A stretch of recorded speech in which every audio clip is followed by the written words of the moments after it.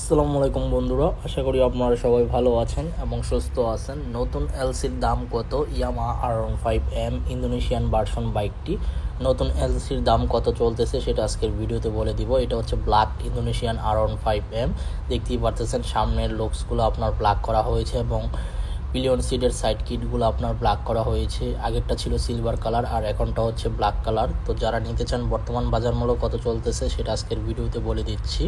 তবে এখনও পর্যন্ত যারা আরমান সারোয়ার ইউটিউব চ্যানেলটি সাবস্ক্রাইব করেন নাই তারা অবশ্যই আরমান সারোয়ার ইউটিউব চ্যানেলটি সাবস্ক্রাইব করে ফেলবেন যেন পরবর্তী আপডেট নোটিফিকেশন পেয়ে যান।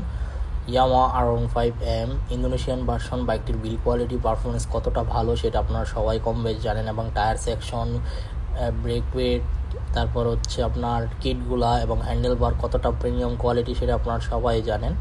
তো এই বাইকটার বর্তমান আস্কিং প্রাইস চলতেছে আপনার 7,35,000 টাকা। এই 7,35,000 টাকা দামটা আসলে বেশি না কম? অবশ্যই কমেন্ট বক্সে কমেন্ট করে আপনারা জানাবেন যে আসলে দামটা বেশি চলতেছে নাকি কম চলতেছে, সেটা অবশ্যই কমেন্ট বক্সে কমেন্ট করে আমাকে জানাবেন। ইয়ামাহা R15M ইন্দোনেশিয়ান ভার্সন বাইকের টপ স্পিড কিন্তু অনেক বেশি, এটা আপনারা সবাই কম বেশি জানেন। ইন্ডিয়ান বাইকের তুলনায় কিন্তু ইন্দোনেশিয়ান বাইকের টপ স্পিড অনেক বেশি বা টর্ক পাওয়ার অনেক বেশি। অ্যান্ড নতুন বাইক ক্রয় করার আগে অবশ্যই আপনারা বাইকের চারপাশ ঘুরে দেখবেন যে বাইকের মধ্যে কোনো প্রকার দাগ আছে কিনা। যদি দাগ থাকে তাহলে চেঞ্জ করে অন্য আরেকটা নেওয়ার চেষ্টা করবেন।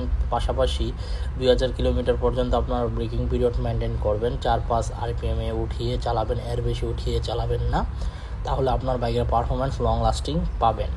এই ছিল ইন্দোনেশিয়ান R15M বাইকটির সম্পর্কে আপডেট ইনফরমেশন। আই হোপ আজকের ভিডিওটি আপনাদের ভালো লাগছে।